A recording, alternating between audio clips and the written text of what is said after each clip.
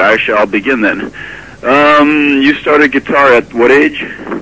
I started playing guitar when I was 13 years old. Uh-huh. Which is a little bit on the late side, isn't it?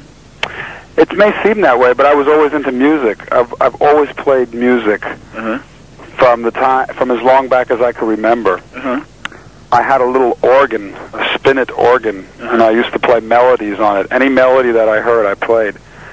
And I was always infatuated with the guitar, but I never picked it up really seriously until I was about 13. Why is it that you picked up the guitar? Did you hear any kind of music, or did you want to emulate somebody? Or yes, I heard Led Zeppelin.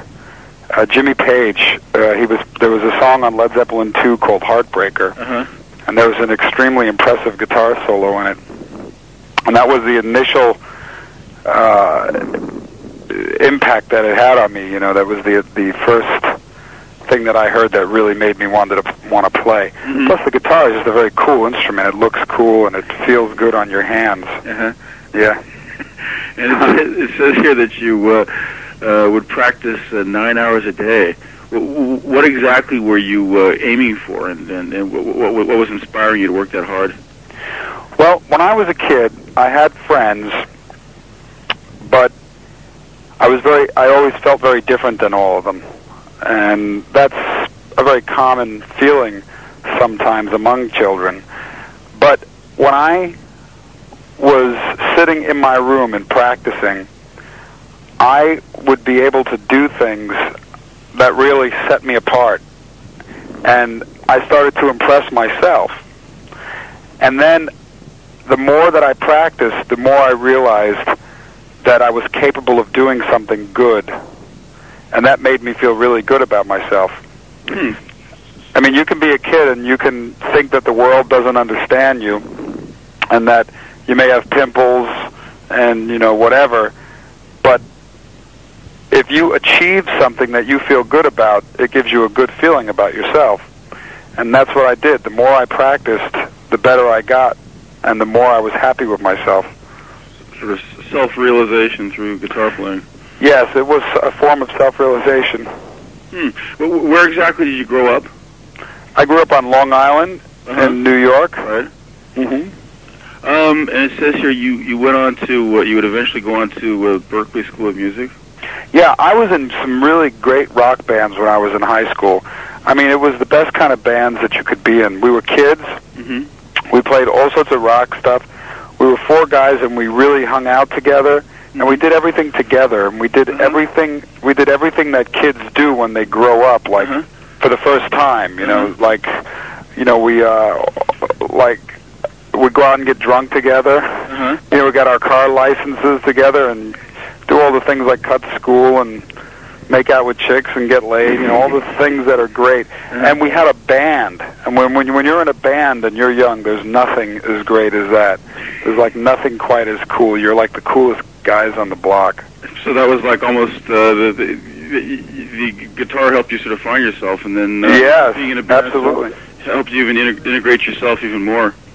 Yes, absolutely. It became a social statement after a while.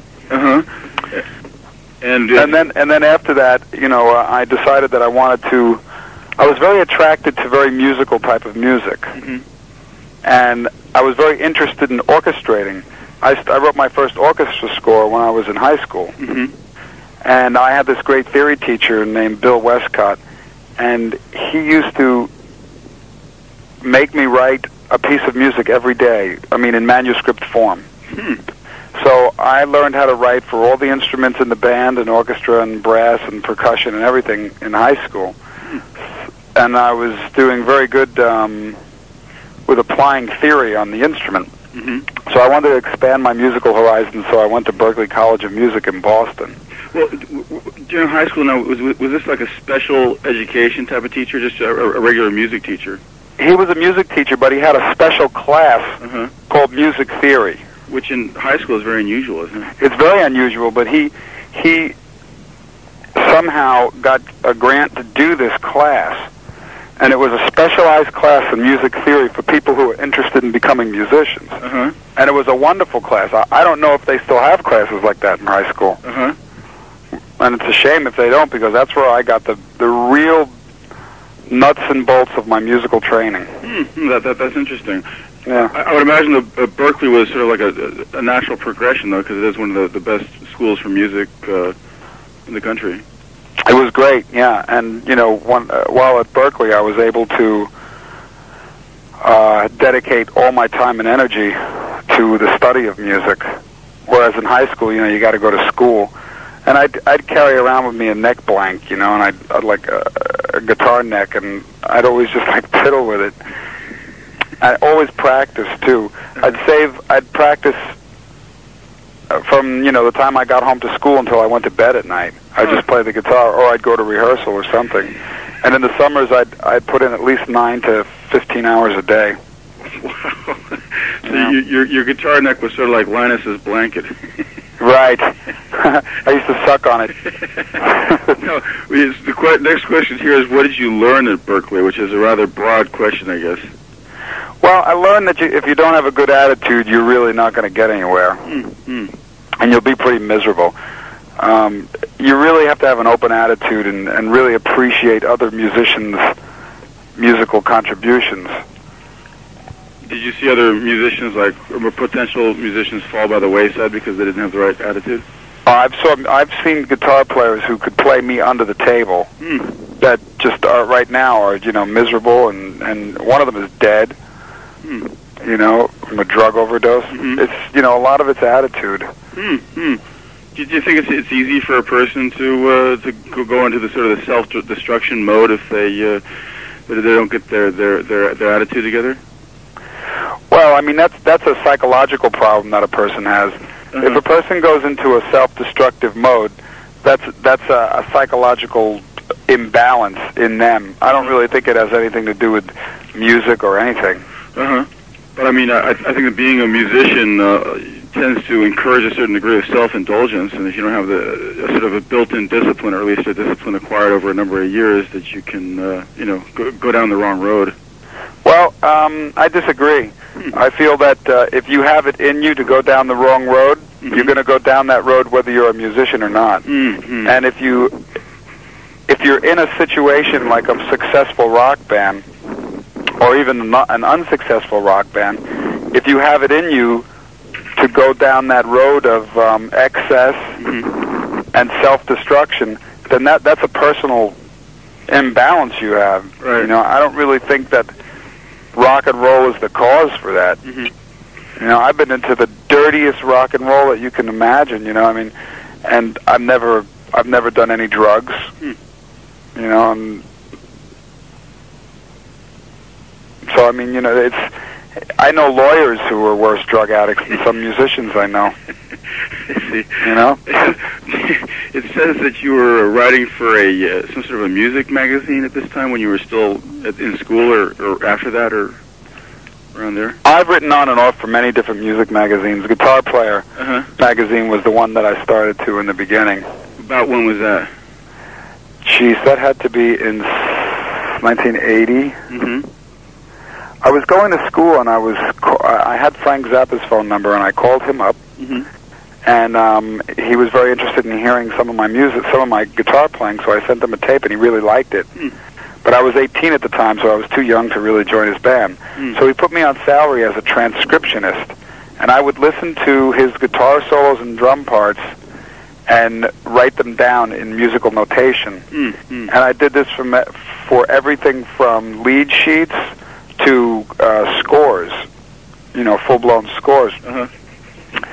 And there's actually a book out called the Frank Zappa Guitar Songbook, or the Frank Zappa Guitar Book, something like that. That's a book of my transcriptions. Is that right? Oh, yeah. Well, I've got tons and tons of them. Well, that was at the ripe old age of 18, but already at that time you were pretty adept at transcribing music then. Oh, yeah. I really got it together then. And then I moved out to California, and I started working for Frank. And then I was recording with him, and he invited me to a rehearsal and auditioned me, and I got the gig. Had you formally graduated from Berkeley by that time, or did you drop out, or? No. In the middle of my 4th semester, the work from Frank was becoming very heavy, so I couldn't really dedicate my time to my studies. So I finished as best I could, and I opted to work for Zappa, because that was the real school. That was the real world, you know. Right. Had you been much of a Zappa fan by that time, or was it... Oh, I was very, very big Zappa fan ever since I was a young kid. Is that right? I mean, like, oh, yeah. What was the first Zappa music you got into? I heard Bongo Fury, which was one of his records. Right. And I just went over the moon. I mean, it had everything in it that I wanted to hear. It had a sense of humor, it had a distorted, heavy guitar, it had serious music, and it had fast little notes, and it had arrangement and passion and all those things. I had to ask here, what was the toughest part of working with Zappa? The toughest part of working with Zappa was just keeping it together on tour, on the first tour I was with him. Because I was really young, I was 20 years old, and all of a sudden I was opened up to a certain world that what we were talking about before. You know, I mean, you can go down that road, and I had it in me to experiment with certain things, like women and sex. You know, I experimented a lot with sex, and it beats you up after a while, and I knew that it wasn't the right thing for me. Well, that was a pretty sage decision by a young whippersnapper of all of, what, 18 or 19 years old. Yeah, it's true. But, you know, you get a feeling about things and you stick with them. You know, and then probably about 22, when I was 22 or so, I went through a very big change in my life. I went through this very severe state of depression. Actually, I was 21. What brought that on? I don't know. It was just my... it was a very mysterious, dark night of the soul for me. I don't know what brought it on, but I remember I had a very good gig, and I had a lot of good friends, and I was making fairly decent money, you know, and surviving very well. But I was in a state of complete manic depression and misery. I was stricken with constant anxiety, and totally unbalanced. There was like a short circuit going on in my soul, and I attribute it to my growing. You know, I was just growing spiritually, and I was searching spiritually. I was searching for something to satiate me, because I was realizing that you can have everything in the world, but still, if there's something, if you don't have a good understanding of yourself, you're dead. Your soul is dead, you know. And I just didn't understand life, and I was trying to figure it out. I think a lot of people go through that phase. You know, this is a time in their life where they question existence and all that deep, heavy stuff. So I actually found answers to my questions, and I grew out of that stage, thank God, and became a very strong individual. Well, what were the answers you found? Well, I discovered that we're not just made out of flesh and bone and blood, you know, that there's something that's much deeper inside of us that's alive. And that was my first discovery. When I actually felt that to be true, then just answers started coming to me about life and questions that I had. It's something that I can put into words that would make sense to you, because it would be too controversial. Did you have to change what you were doing, or did you just change your attitude and outlook on life? I changed a lot of things that I was doing. I quit drinking. You know, really. I mean, I didn't really drink, but I became a vegetarian. I quit smoking cigarettes. I quit eating real crap food. And I tried to brighten my outlook on life, because I was very miserable before that, and I enjoyed being miserable. And I have a very powerful personality, and I was putting that personality out with very bad energy. You know, I was putting it out in a very ego, self-centered way, and I was enjoying being miserable, and that catches up with you. And I realized that it wasn't cool to be unhappy. This was while you were playing with Zappa? Yeah. Were you working with older musicians who were telling you to get your shit together, or did you have any? What was going on inside of me did not really show on my activity on the outside, except maybe in my eyes. Is that right? You know, my eyes were dead. You know, and Wow. So you know what I mean? Yeah. I mean, you could just tell when somebody's not there. But I always had my shit together. Uh-huh. I always did. I mean, when it, as far as learning music and playing it, there's very few that had their shit together as good as I did. Uh-huh. But that didn't mean anything. That doesn't mean anything. I mean, it was only part of it. That's just that stuff is really mundane. Did anybody ever comment on this? I mean, yes. And my mother. Uh-huh. Did she think it was drugs or something, or? No, she knows. She knew I didn't do drugs. Uh-huh. But were you getting like good constructive input from her or from anybody else? No, she was just worried, and no one else could really tell. They just thought I was this sort of weird type guy. Maybe a little on the unhappy side. But I grew out of it, and I grow stronger every day. I mean, that was a long time ago. Yeah. That was 11, 12 years ago. Uh-huh. And you kind of got over that hump while you were still with Zappa. Well, yeah, yes. By when we went to Europe, and I finally, I became a vegetarian, and I just changed my outlook, and I started reading a lot of books that sort of enlightened me to what was going on. Like what sort of books helped you? Well, very metaphysical books, very spiritual books, self-realization type books, and it was very helpful for me. I started studying some different religions and stuff, and it was very helpful.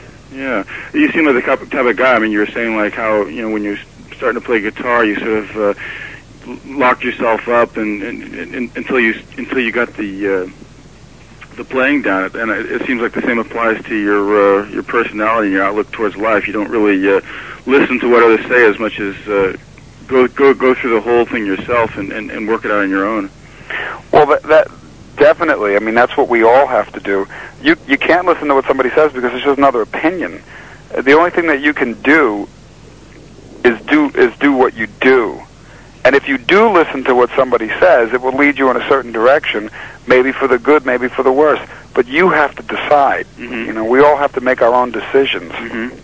And that leads us into whatever direction we plan on going. There were a couple more questions here on your experiences with Zappa. What did you? It says one report has it that you were in Zappa's band because you were there to play the guitar solos that he couldn't play himself. No, that's not true. That's not true. No, Frank. I mean, guitar solos. Yeah, well, it said that some of the more demanding guitar parts, I think. Oh, yeah, the guitar parts. Yeah. Frank would write parts that were totally uncharacteristic to the guitar. You know what I mean? He'd sit at the piano and go plunk, plunk, plunk. And if you put it on a guitar, it's completely retarded. So you were there to make sense of that on the guitar? Yeah. For some reason, I had this uncanny ability to play the really twisted guitar stuff. So, I was coined Steve Vai on impossible guitar parts. And blue hair. Blue hair. I had short blue hair at the time. What sort of a guitar player was Frank describing you as at the time? Like, how did he assess you as a guitarist? A stunt guitar player. I see. And what did you learn from playing with Zappa, in a nutshell? Well, it's what I learned from Frank as a person. I mean, musically, I knew everything that he was doing. There wasn't anything that he really did that, baffled me. Right. But Frank as a person, you can learn a lot from, and the way he does business. I mean, I didn't know about music business or anything. But he's a very honest person who has developed a reputation on integrity, musical integrity. And his honesty was a very big influence on me. Well, when you talk about integrity, I mean, what exactly are you referring to? I mean, well, for instance, I'll give you an example. I was transcribing for Frank, and back then, all the music that you release on your record needs to be on a lead sheet. Now, a lead sheet is just a very simple form of the song in music manuscript. So there was a certain society, I think it was ASCAP, that would pay you for the amount of bars that a song was. It was just a way of calculating how to pay somebody. So I had this one particular song that I was transcribing for Frank, and it could have been written in either 2/4 or 4/4. And I told Frank, I said, if you like, I could write this song in 2/4, which means there'll be more bars, which means you can get paid more money. Mm-hmm. I said it sort of like tongue-in-cheek, you know. And he says to me, just do the song the way it's supposed to be done. I don't need to make my money that way. And, you know, he says, you're sounding like a real Hollywood guy now. And that had more of an impact on me than anything else that I ever did with Frank, because it really showed me that, yeah, you're right. You don't have to make your money that way. Right. You don't ever in life have to make your living at the, you know, at the unfairness of somebody else. Yeah, yeah. And it doesn't matter if it's the government or if it's a church or if whatever it is, you know. You have to just try to be as honest as you can. Keep your nose to the grindstone, and then all will work itself out. Yeah, I mean, it's very easy. You know, a lot of times I get asked if you were to say one thing to the kids, what would you say? And most people say, just be yourself. But I don't say that, man, because some people shouldn't be themselves. Because themselves are pretty ugly fucking people, you know? And pretty twisted people. Right. I would tell you, if you're going to do anything, just do what you think is right. You know, do what you know is right, and maybe not what yourself is telling you to do all the time. And then eventually, you'll do the right things. Okay, well, it was after the Zappa experience that you put together Flexible. Yeah. I guess this must have been a very pivotal experience because it was your first solo album. Oh yeah, I always was totally infatuated with recording equipment, and I always recorded everything I could. And I finally got this 8-track tape recorder. It was a 1/4-inch 8-track machine, and I started just recording tons and tons of stuff. And I was going to release some of it on a flexi disc, you know, one of those flexi discs. Like in a magazine. Yeah. And it turned out to actually make a record, and I was very Frank influenced. And, you know, because I was very influenced by Frank. It was a record called Flexible. And it had some interesting guitar stuff on it. When I tried to sell Flexible to a label, boy, they didn't want to hear about it. You know, that kind of music was totally not happening back then. Yeah, well, this was back in '84, right? Yeah. So I made my own label. You know, I started my own label, and I had it distributed through different distributors. You know, I'd sell it to distributors. And I always retained all the rights to the record. And as of today, I mean, I remember making $4.10 on every record when records used to sell, and then on CDs I made like $7.50. Well, that's quite a high margin, isn't it? Oh, it's the highest you can get, probably. And to date, I've sold about 400,000 units. Is that right? Yeah. So it's still available. Oh, it's still available, and I'm actually remixing it because I had released another disc right after it, a 10-inch EP called Flexible Leftovers. So I'm taking Flexible Leftovers and Flexible, and I'm remixing them digitally. And I'm going to put them on a disc with some other stuff that I had from that period. And it's going to be called Completely Flexible, and it should be out within a year. How did the sales of this thing work, though? Like, I mean, you were with a lot of high-profile bands after that. Like, every time you were exposed to a new audience, people would go out and buy the Flexible album and sort of like waves? Yep. Is that right? Absolutely, and it still sells. I'll be damned. That's amazing. Yeah, and it's a very weird little record, too. People who get it really get it. You know, people who understand it really love it. And people who don't get it just, you know, brush it off. It's kind of a funny question here. It says, you don't think of yourself as sort of an eccentric when you listen to the album, do you? Oh, yeah, I do. I have to consider myself eccentric. Because it's eccentric behavior to make a record like that. It's very demanding on your audience to have them listen to a record like that. Let me see. let's see here. This goes on to, I guess, your Alcatraz period, which was right after Flexible, right? Yes. It came as a complete surprise to this guy that you would join Alcatraz. Well, it came as a surprise to me too. Well, but I was looking for a gig. Just any gig, or a high profile gig, or a high paying gig, or what exactly did you have? Well, Alcatraz was far from a high paying gig or a high profile gig. There was that guitarist Steve Vai. Right, he was before you, right? And he was in Alcatraz, and he was, not going to be in the group. And I thought it was a good opportunity for me to get some recognition in the guitar community. Plus, I liked heavy metal. And I played with Alcatraz, and we did a record called Disturbing the Peace.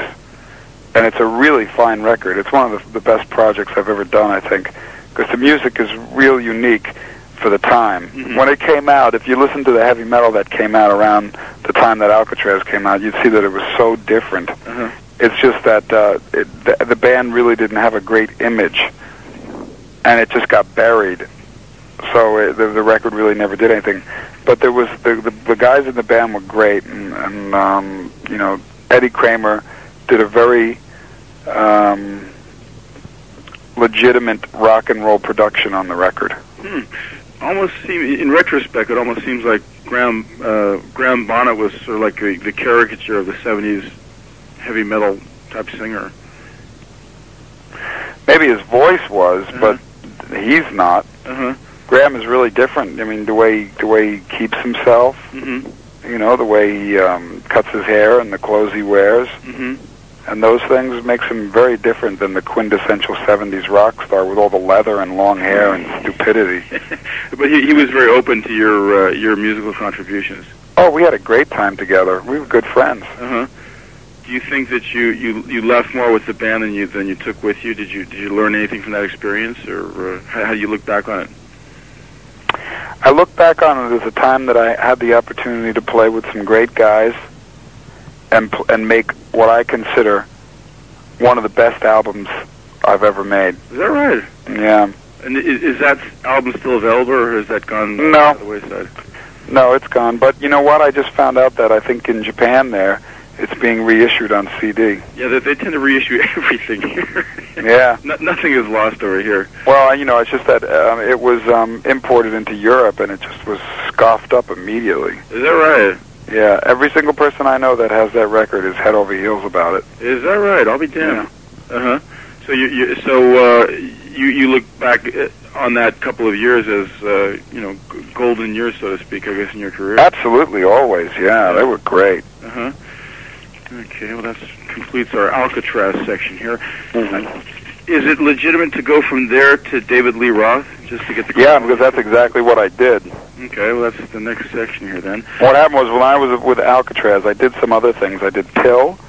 I got a call from Bill Laswell, who was a producer who was working on a Pill record with Johnny Lydon. Oh, I see. You did that before David Lee Roth. Yes.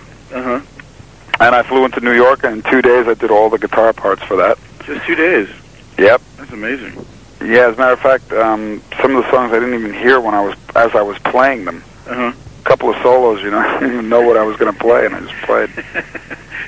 And then I did, I was in a film called Crossroads. Right, okay. I'm just trying to get the chronology straight, because the questions are in a certain order, and they have Pill and Crossroads after David Lee Roth.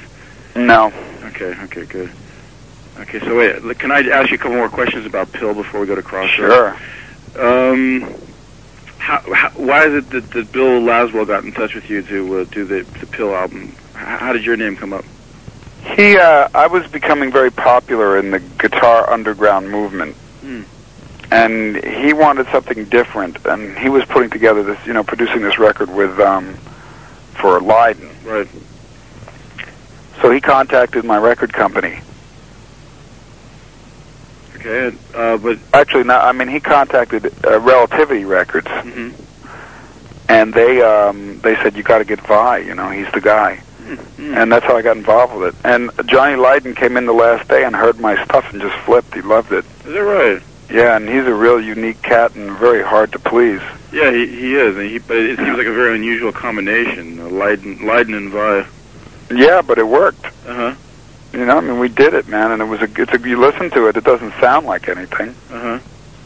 But it was basically I mean, it doesn't sound like anything weird. It sounds like a really great record. I mean, that's another project I'm very proud of. I don't tell you the crap that I did that I won't even discuss, you know? Well, there is stuff you're not too proud of?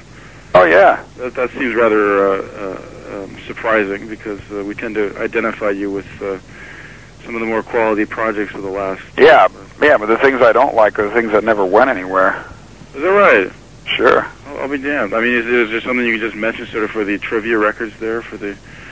Oh, just session work that I don't even want to mention, because then people will go out and try to find it, and it's not my idea of what I do. You know, I mean, you know, you do things for money sometimes because you have to make a living. It was like anonymous session parts, or were you asked to be yourself and it just didn't happen to work in the particular context? Yeah, I was asked to be myself, but just in the context of what it was, you know, it just didn't work. I mean, it just didn't work. It didn't click. Yeah, I mean, it worked for what the people wanted, but as far as what I was contributing and the way I looked at what I was doing, it wasn't my kind of music. All right. Then you did the movie Crossroads. Right. Where you played what it says here, you played a guitarist that sold your soul to the devil. Well, what the story was, the story of the film is that there's this guitar player, and that's Ralph Macchio. Right. And he's trying to win the soul back of his friend. So he has to play against the devil's guitar player, and that's me, Jack Butler. And it says here that you very successfully sort of brought about a sort of craziness to the screen. Well, you know me, I'm one for hysteria. So it came naturally. Yes, I'm very naturally hysterical. Yeah, well, it says the interviewer notes here that some people may have gotten the mistaken impression that that's the type of man you actually are. Well, no, not at all. On the contrary, you know, I love life and I love people. I guess if I'm pushed to a certain degree, there's a certain thing inside of me that, just like inside of everybody else, that's extremely dark, and I'm just capable of calling on it. You know, I don't do it very often, but it's hard to explain. You know, there's things inside of you that make up what you are, and you call them into play when you need elements from them. And for the film Crossroad, I needed that element, and I was able to make myself put out a very evil, just put out a very evil energy, very dark energy. Was that your only screen experience, or were there any other calls after that? Yes, I got calls after that, but they were for really stupid films, because once I did Crossroads, people thought that I was this very dark person. So they actually, I got these readings for these parts that were not the kind of people or personality that I wanted to portray.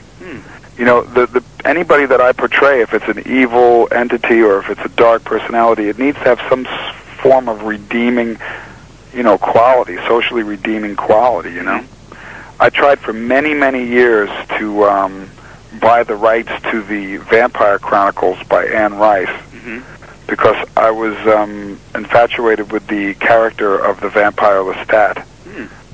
And I tried very hard to get the part of the vampire Lestat in the making of the film by Geffen.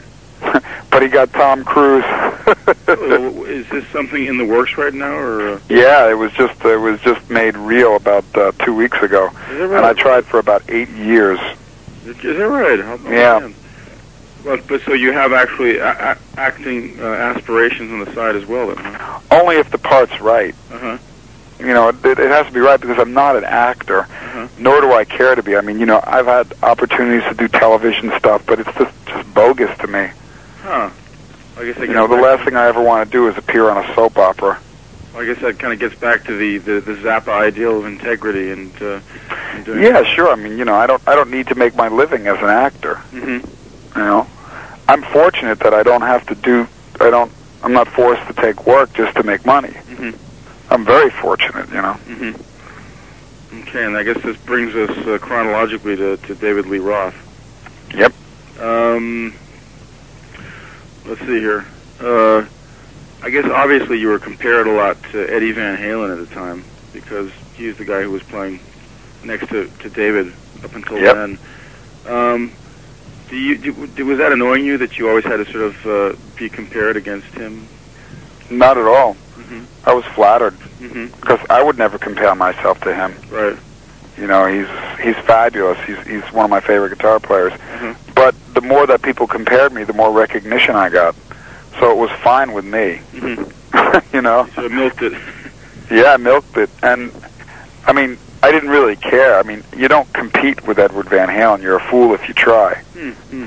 I knew that, when I was going out there, I was just going to do what I did, and I was going to do it the best that I possibly could. Mm-hmm. And I knew that after a while, people would just forget about the comparison, and they would appreciate me or they wouldn't. Mm. They'd either enjoy it or they wouldn't. And I thought they'd get a kick out of it, what I did. I mean, I wasn't out there to prove something. I just wanted to play, and if I would have taken the stress seriously, I would have never been able to pull it off. Mm-hmm. So what sort of attitude did you take? What sort of approach did you take? I took the kind of approach that, okay, look, I'm going to go out there and I'm going to do what I do. I'm not going to try to imitate anybody else. I'm going to go out there and do what I think is right for this project with Roth. And either it's going to be accepted or it's not going to be accepted, or people just aren't going to care. And I think a lot of people saw what I was doing as being really great, at least the guitar players, because that's where I really got my start in the big picture. Mm-hmm. And I just kept a very open mind, and I wasn't exactly sure how the public was going to react to me. Mm-hmm. But when we walked out on stage for our first show in Columbus, South Carolina, the place came apart, and people were screaming out of their mind. And I just felt so at home. I mean, I remember just weeping on stage. Mm-hmm. So I guess in a sense, I mean, you sort of felt like you'd arrived or something, huh? Yeah, I felt that I was accepted. Mm-hmm. It was understood that I'm not competing, and this is what I do, and okay, he's okay. Mm-hmm. And that's a big thing to at least get people to say, okay, well, he's okay. Mm-hmm. We don't love him, we don't hate him, he's okay. Right. That's hard to do. Uh-huh. It was also a pretty high-octane band there. I mean, you had... Yeah, it was, and believe me, I was running on, high octane. It was a high-octane gig, and I was running on what do you call it? Nitroglycerin. So, what do you think that did for you? I mean, it must have been sort of a breakthrough type of experience because you obviously... Well, it taught me how to get onto a big stage, move comfortably with my guitar and the audience, and emanate my ego out into the crowd. Mm-hmm. Yeah. So, I mean, in other words, sort of become a kind of a star type of musician. Yeah, especially standing next to someone like David Lee Roth. Mm-hmm. I mean, he really has a handle on that thing. Yeah. Was he difficult to work with at all? I mean, was his ego tough to keep in rein? Well, Dave Roth was very confident in what he did. Right. And you need to have that in order to be successful at what you do. Mm-hmm. So he was very confident. Yeah. Well, we had some wonderful times. I learned a lot from that gig. He's a very funny guy. I mean, he has a great sense of humor. Yeah, and I think that's why we hit it off really well. I mean, we're friends too. He has a great sense of humor, and he brings elements of it to his music, and that's what I do. So I thought we were one of the better teams. He's also sort of a natural stage performer as well. He really comes. Yeah, very much so. Did you learn a lot from him in that sense to sort of? Oh, absolutely. He took a lot of time and taught me things that I don't think anybody else would have taken the time to teach me. Is he a lot more serious than he leads people to believe? Well, I mean, I think a lot of people here in Japan sort of see him more as like just a sort of a clown-like showman, whereas in fact he sort of takes his art very seriously. Well, most intense artists, do take what they do very seriously. Mm-hmm. And he's just another in a long line of those types of art, that type of art. Yeah.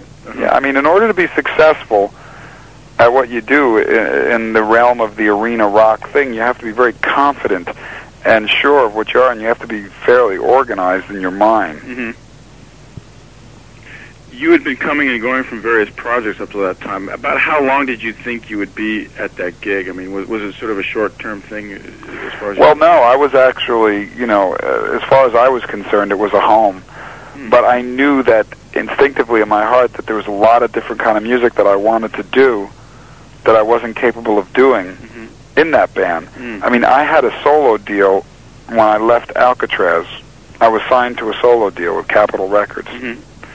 And I had to refrain from releasing a record throughout all my David Lee Roth time because, it was just a conflict of interest as far as, it was just a conflict of interest to release a record at that time. So, as much as I enjoyed being with Dave Roth, I knew that I had to do other things. I wanted to, play with a horn section. I wanted to construct something on a computer. I wanted to play. I wanted to do something with 15 guitars and an instrumental song. Yeah. So it was time for me to move on. Yeah, you were like a musical dynamo, but you were only operating at 20% of your capacity, I guess. In certain aspects of my performance, I was operating at 100%. But in certain areas of my musicality, I was only operating at 20%, yes. Technique-wise, you were doing a lot of sophisticated stuff, I guess, in terms of your... you were the lone guitarist, so you could sort of really stretch out and wrap yourself around the music. In what ways do you think you weren't fulfilling your potential as a musician, as a total musician?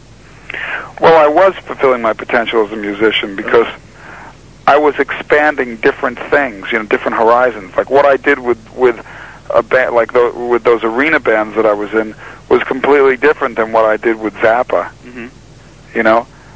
You're always expanding your horizons if you're working on it. And if I don't feel like I'm expanding, I just move on to something else. Was there a gap between your involvement with David Lee Roth and your entering Whitesnake? Was there any? Yes, 1 month. That's not much.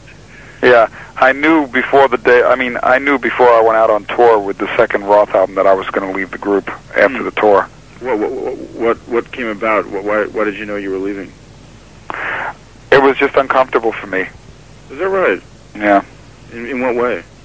Well, in the way that David Lee Roth is very strong-minded, and he has it was his solo band, and he had a definite direction he wanted to go in with his band and his music. Right. And it just wasn't the direction I wanted to go in. Would it be crass to assume that he was worried about you were getting a little more attention than him? I can't comment on that. Okay. You'd have to ask the people who are around me. Okay. It's not proper for me to comment on that. Okay, good enough. And when did you get the call for Whitesnake? When exactly? I started getting Whitesnake calls long before when I was on tour with Roth, but I always said no. There was no way I wanted to join another rock band. But when the opportunity, when I had left, Roth, they kept calling me, and they were really in a bind because they needed a guitar player to play on the record, and all the songs were recorded. And I heard the music, and I thought it was very straight-ahead rock, and I could, put some guitars on it and immediately go right out on tour and play with another very successful arena act. And it was a great opportunity for me to tour. I love touring. It's my favorite thing to do in the music industry, just about. Especially when you're in an arena band, because you make a lot of money, and that's one thing. Second thing is the guys were great, great band, a lot of fun, and Well, the first thing was being out on tour was great. Yeah. The second thing was I got to play in front of a lot of people, and I knew that Passion and Warfare was coming out. Mm. And I knew that I'd get a lot of exposure that way. Mm. And also, you know, it's an opportunity to make a lot of money and really have fun doing it. I enjoyed playing that music, even though it was very simple for me. Yeah, yeah. Had you been sort of bitten by the fame bug as well? Did you were getting sort of a buzz from your newfound celebrity? Well,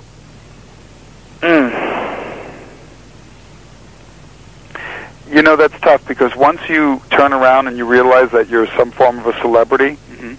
and you want to, and you get excited about that, mm-hmm. you want to hold on to it, and in most cases make it even bigger. Mm. So you're always nervous about your next move. Mm. You know what I mean? Yeah. So I knew that instinctively, so I put all that aside. Yeah, yeah. I mean, a lot of people thought it was a terrible move for me to join Whitesnake. Right. Most people that I talked to. Right. But I knew that I was going to have a great time playing that kind of music, and I wanted to get on tour.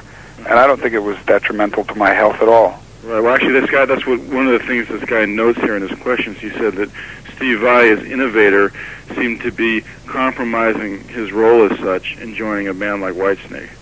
Well, let me put it to you like this. The music that is Whitesnake is not the music that is Steve Vai. Mm-hmm. But the guitar parts that I put on that record mm-hmm. are me. Mm-hmm. You know, I mean, I take full credit for those. Right. And I stand by them as being very strong guitar parts. Now, I finished the guitar parts for Whitesnake and immediately went to work on Passion and Warfare, which was an eclectic, almost I wouldn't say avant-garde, but a different approach. It was a departure from your standard pop instrumental album. Mm-hmm. And I wanted to do something different. I wanted to make an intense musical statement, because it was just bubbling under way too long for me. Yeah.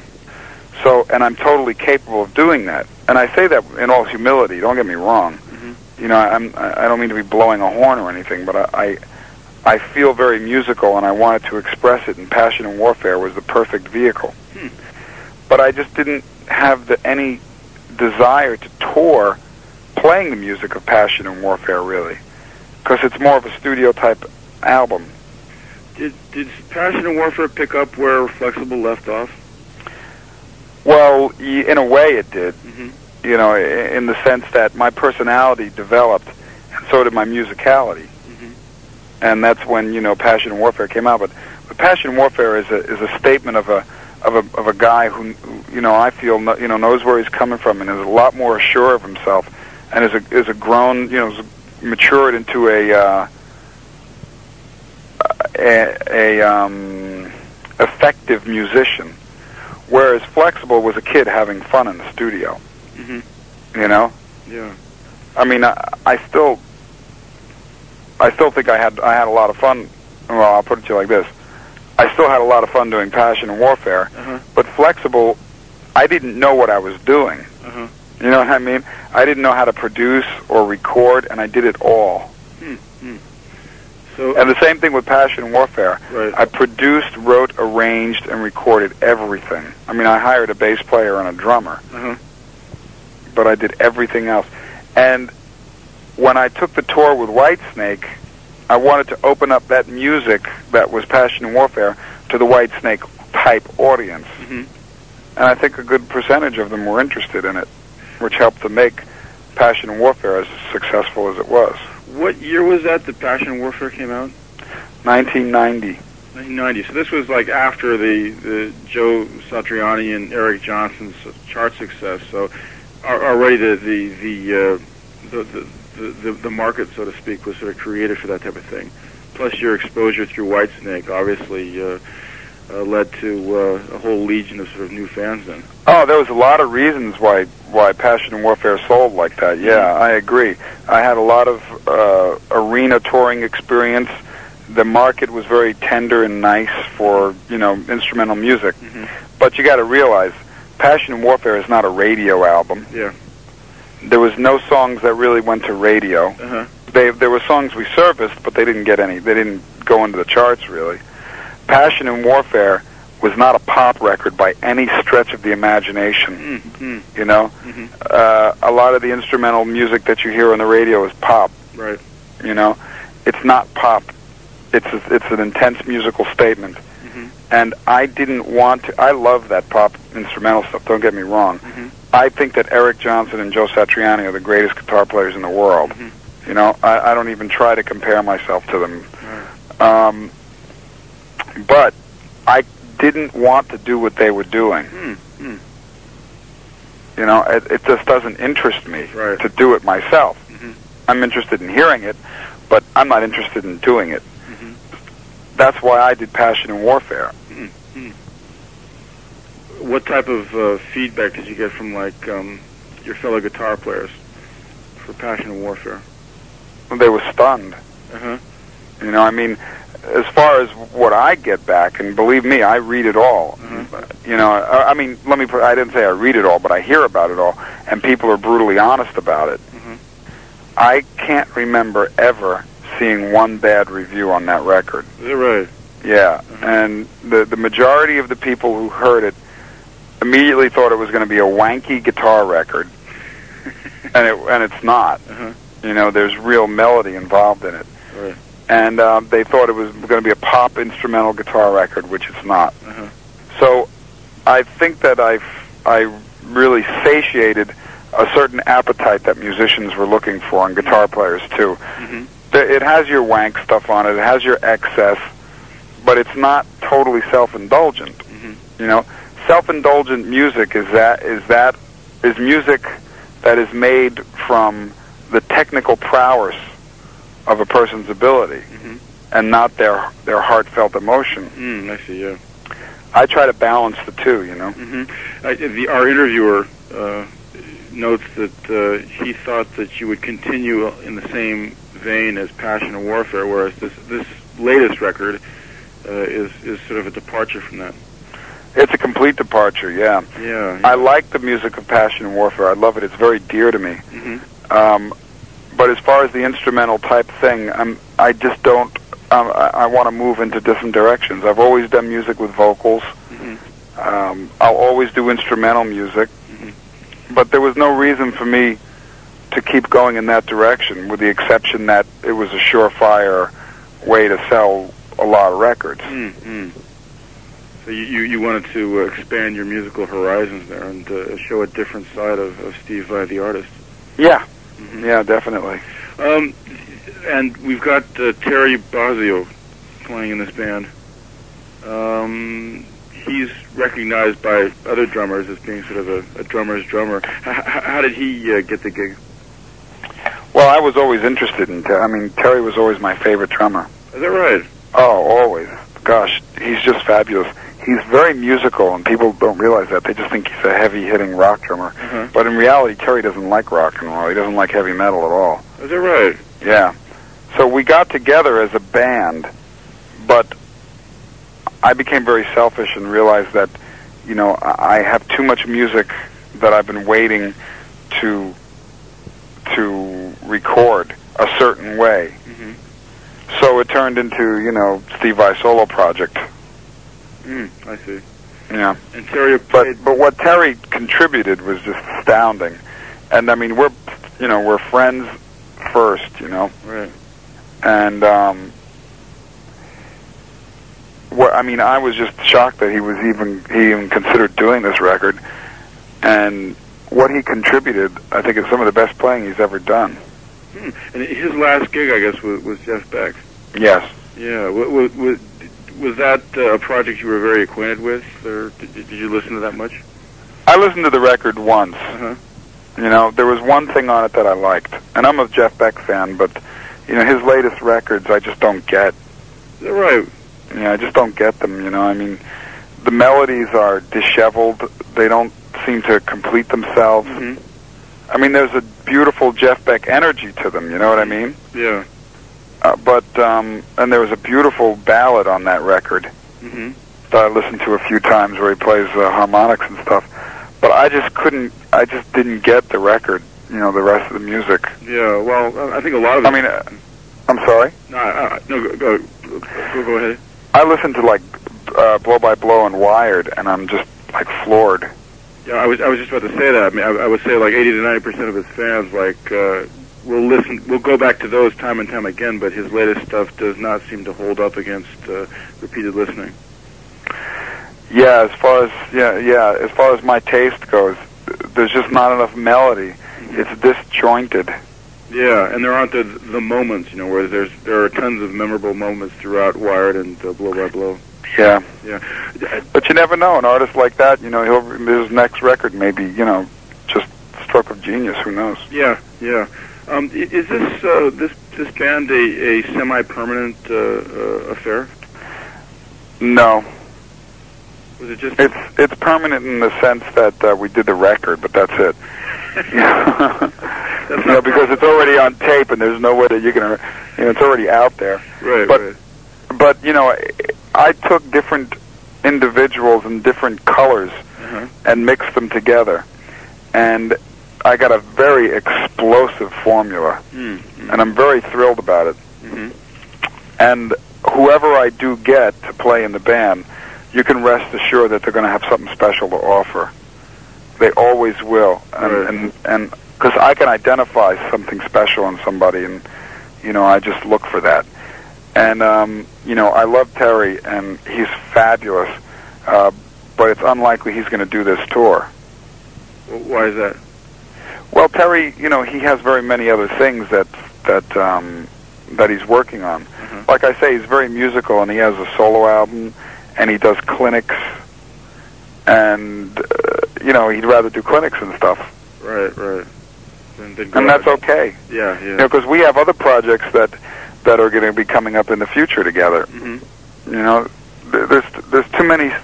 We don't keep. There's no secrets at sea, so to speak. Well, it also gives you the new freedom to find a drummer who can sort of apply himself to your music on the road. Right, and the same thing with everybody else in the band. Mm-hmm. We all get along great, and I'm pretty sure that Devin and TM will be doing the tour. But in the future, the name Vai will represent to people, hopefully, something that they're not going to expect. Mm-hmm. You can't ever expect what I'm going to do or put your finger on it. It's going to be different each time, but the thing that you're going to get is real good entertainment, and hopefully music that'll touch you, and music that'll make you feel, make you just feel. T.M. Stevens, it sounds very familiar. I think he played behind Little Steven and the Pretenders, and T.M. has been like, boy, he's on tons of records. He's done tons of stuff. How did he enter the picture? I saw him on TV playing with Joe Cocker, and I really liked his sound and his look. Mm-hmm.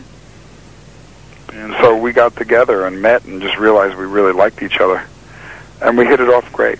So even musically, when you actually got down to the nitty-gritty of playing, things clicked?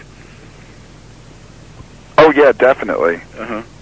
When myself and TM and Terry got together and played the first time at Terry's house, it was just devastating. Mm-hmm. It was outstanding. I mean, it was the most powerful musical quotient I ever felt. You're going to have to clarify something here. In the bio for the band here, they're saying something about how Devin Townsend his tape was selected from 5 huge sacks full of tapes or something like that. Yeah. Oh, is that myth true? It's absolutely true. There's probably more than 5 sacks. I received about 1,500 tapes. 1,500. Yeah, and what happened was, everybody was real cute and had nice long hair and sang really good and was very well built. But that's not what I was looking for.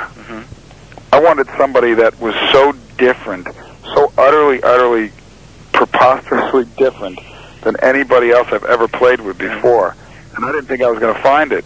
And he had sent a tape of his own music to Relativity, not requesting an audition with me or anything. And I heard it, and I knew instinctively and immediately that the kid was special. And he's out of his mind. He's really a unique guy, and he's totally eccentric, and he's a loose cannon. You know, and you never know where he's going to explode. And he's 21 years old. He's into this really, very underground industrial death movement, death metal movement. Right. And he's got all this energy and power, and he's able to control his voice. It's like my guitar, the way he sings. He's able to be really subtle, and then at the same in the drop of a hat, be very aggressive. He has that total lead singer syndrome. It's the you will look at me now, see me now, and hear me now, and I demand it, type of attitude. There's no chance of the audience ODing on that type of thing, though, huh? Well, no, I'm going to give it to them in the right doses. I see. That's why. I'm the leader of this band. I need to administer the proper dosage. The doctor. I have to be the doctor. Take a little bit of 30-second notes with whole notes. Squeeze a little bit of Devon in there. A little bit of the Mixolydian scale. And inject it into everybody's head. Let me see. I got like one or two more questions, and I'll let you go here. Let me just turn my tape over. Are there going to be any singles released off this? Will this be sort of commercially different from before, or is it going to be... Well, I believe that there are commercial songs on this record. Is that right? Oh, yeah, definitely. I don't know what the Japanese audience is interested in hearing. But in America, we started out with Down Deep Into the Pain. It's a very extremely heavy song. But I felt that we felt that it was good because this way it makes me very left wing. And I don't want to be perceived too much as a pop artist. And then we have several songs, though, that will probably be very appealing to the pop audience. A song called In My Dreams With You, Still My Bleeding Heart. But if you listen to all my songs, even if I write the most pop-oriented type song, I'll always throw a wrench in it. I'll always put something in it that really gives it a unique Vai twist. Right. And you can hear that in all the songs. Nothing is by the numbers. There's always a little something. Absolutely. And my numbering system goes 1, 800, 14, 37, negative 76, Did you have carte blanche for this project, or was the record company whispering in your ear saying, well, you need a little more of this or a little less of that? Carte blanche with a capital C. Is that right? Oh, absolutely. I wouldn't have it any other way. Nobody, I've been in this business for a long time, so far even, and I've made enough money so that I don't have to do what anybody tells me. But I'm very sympathetic with some of the guidance that my record company gives me because they're not idiots, And I would like to have a record that sells, but it has to maintain the integrity that I want to bring to my music. Right. And they just totally trust that I know what I'm doing. Right. Are they talking videos and large amounts of advertising expenditures? Are they taking a different approach as well this time? Yeah. Well, I made a video. We already made our first video. Is that right? Yes, Down Deep Into the Pain. Matter of fact, there's two versions. One is a version for public consumption, and another one is an X-rated version. Why two versions? Well, in America now, there's a very underground movement of doing videos with X-rated cuts to them. Is that right? Yes, and I wanted to do something that had a very strong impact, but wasn't going to be perceived as being pornographic or anything. So the song is loosely based on childbirth. So in our video, we have women giving birth to children. Is that right? And yes, and the song also is very much reflecting on how pain is a very important part of our life, and how people experience pain in very many different situations. There's physical, emotional, spiritual, and it shows us the different things that people will put themselves through Mm-hmm. for their spiritual beliefs. I mean, we have a nun flagellating herself, and cuts of Christ, and being hammered to the cross. Hmm. So pain on different levels and sort of the spiritual significance of it. Yes. Okay. All right. Well, I think that basically covers the questions here. I mean, unless there's anything else you'd like to add before I let you go. No, just... Any plans to come out here, or what exactly is the touring schedule? Well, a lot of it has to do with how the record does. I see, I was told it's doing very good in Japan. I believe, let me see, the A&R man at the record company sent me a fax last night here saying, I think that they've actually run out of product. It's selling so well. Really? Yeah. Because I was told it sold 46,000 in the first 4 days. In Japan? Yeah. Yeah, well, they have a very, you have a very strong following here. As a matter of fact, he says on the fax here that the thing is sold so well they have no product, and he doesn't have a sample for me. Wow, that's great. Yeah. Have you heard, I mean, do you feel any feedback from the Japanese on this record? Well, yeah, I mean, the thing is, I have to explain to you, this Rocking On magazine is, as I mentioned at the outset, not a technically oriented magazine at all. It's the largest selling music magazine in the country, and it tends to be more sort of British and alternative oriented. So I was actually very surprised to hear that they were going to interview you. So I think that the very fact that we're doing this interview speaks volumes about the sort of the breadth of the response to this album. Well, I'll put it to you like this: this record, the bands that I've been with in the past are like any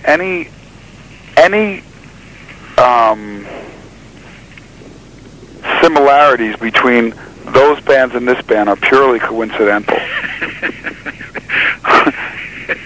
I see. This record is so different than anything that had to do with the 80s that it's ridiculous. Was this like building up for a long time in you? Did you think that? Absolutely. Absolutely. I don't try to follow trends. And I rebel against any kind of trend that I can. Right. I never wear a pair of shorts with Doc Martens and a flannel shirt. But to me, that's completely trendy. And I don't think there's anything wrong with it, and I like grunge music, and I like alternative music. Right. But I don't ever want to get caught in something that in 10 years is going to be really passé. Right. And the way to do that is to just be musical. And no matter what you do, if you're sincere about it, it will carry, and it will continue. And this record has elements of all that stuff in it. Right. The personalities involved with this record are so vastly different, but they make this record what it is. I mean, if you knew Devin, you'd realize he's so different than what's out there now. He's just so intense. And then someone like TM, who is so different than Terry, who's so different than me, but we make this thing that's really unique. And I'm really glad that it's being perceived. There's nothing that an artist can be more grateful for than to have his music or his art or his paintings or whatever, be appreciated. And I'm really grateful for that. I never take that for granted. Yeah, well, the thing about the Japanese market, though, they a lot of the fans here respect the chops of the musician. So regardless of what kind of thing you're going through, what period you're going through, I think they'll stick with you. So that's one good thing about the fans over here. Yeah, and I'm glad because I really love going to Japan. And as long as I sell records there, I can go. That's right. That's right. Yeah. Or else join a band that does sell records here. Yeah, well, I did that already, thanks. You did that, kid. Yeah. All right, Steve, well, I think we got what we need. Great, well, thank you very much. Yeah, and I thank you, and look forward and my best to all the Japanese fans. Indeed. Okay, well, great. Well, you take care and good luck. All right, thank you. Okay, then, bye-bye. Bye.